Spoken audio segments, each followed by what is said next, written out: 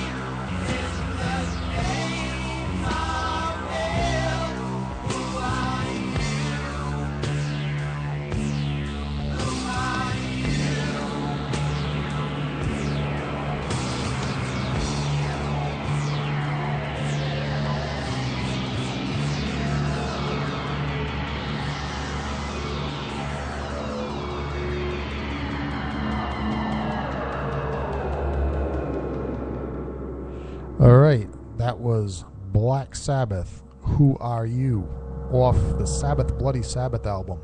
And if I'm not mistaken, I think that was the first Black Sabbath song actually written by Ozzy Osbourne, contributing to that album. So, one of those, I guess, some other stations would call it a deep track. You're very unlikely to hear that any place but here on the Haunted Cabaret. Actually, you're probably very unlikely to hear anything that you've heard tonight, especially conversation-wise, anywhere else but on the Haunted Cabaret. And actually, with this point, whether it's armadillos, this point, did most of these plagues come from animals?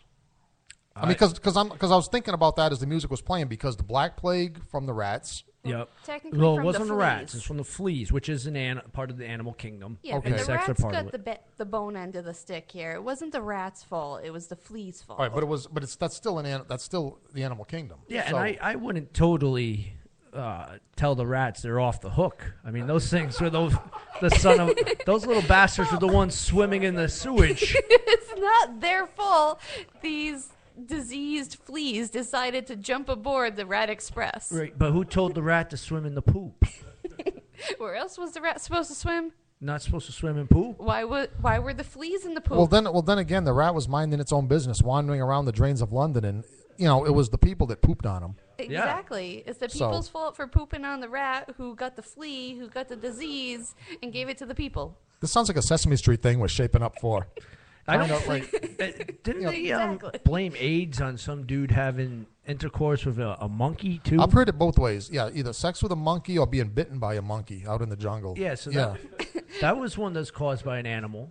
So, That's what I'm getting at. So that's what I was thinking. While the music was playing, is that I mean, so Black Plague by fleas and rats, AIDS by a monkey apparently. I don't think the scarlet fever is from any animals though. Okay. I think that was a pure nasty born thing on its own. Okay, Ebola maybe. Was that animal originated too? I think Ebola is one of those things that it targets us mainly. I could be wrong, but I think that's a human disease. Okay. Very few diseases travel between human and animal, so it's kind of rare to get that one that affects everything. Which is actually, from the point of view of the survival of the human species, lucky. Right. And a lot of them that they really kind of, I guess, fizzle out before they can really get up anymore. I remember the avian bird flu? Oh, that one. Yeah. That was a big frenzy made out of that turned out to be nothing. Would it come from like raw chickens in the Orient that was started spreading this way? Something about it came from chickens. the bird flu. Yeah. I thought it came from like chickens and all that, chickens and ducks, and it started coming this way and never really got off. What do you have there, nurse? Well, you guys bounce from subject to subject so fast. I'm trying to fact check for you guys. We and do. I'm That's like, why that's I stopped us. Yeah. So I found the scarlet fever. It actually can develop from strep throat. So we can't blame animals so for we that don't have one. animal- So animals okay. are off the hook for scarlet fever. I don't know what else. Okay. What other I was ones wondering did you about guys wanna know Ebola. about? Ebola. Yeah. I will Yeah, because check bird that flu while is you guys- obviously from birds. We got Now, if you're a Rhode Island native listening to this, which they're out there, the scarlet fever wiped out a good portion of our population back in the turn of the century. Both Coventry, Warwick got wiped out by this big time, and it targeted the younger folks real quick, babies, elderly. Nasty disease, very nasty disease. And we haven't heard, well, she's looking that up. We have to hear the man himself. What is one of your favorite diseases? Well, I guess favorite in the sense of, that it's wiped out. I don't know. I'm not sure if I think this has wiped out even more people than the Black Plague. Smallpox. Wow, I didn't even think of that one. Yeah, it really wasn't big on my radar either, but I was, it was one of these pandemic scares that was going on. And so I did a little, nerd type research, and I actually came across this book. And apparently this author traced, I think for the next show I'll remind myself to, get the author and the name of this book, because anybody that wants to understand like the history of, I was going to say the United States, but it's actually more the history of Western civilization, has to understand smallpox, because from the time of the first white settlers into America, smallpox has affected the results of basically every interaction between Europeans and the Native Americans, Orientals. Yeah, it was smallpox that wiped out. When the Native Americans complained, "Hey, you white people, you didn't fight fair. We just, you didn't just shoot at us. I mean, you went and plagued us." Yeah, what they're talking about is smallpox. And I guess maybe it's not talked about that much, maybe for that reason, because a lot of nasty... Actually, it was the first incident of biological warfare also, because I think it was back in the War for Independence, America's War for Independence with the British, that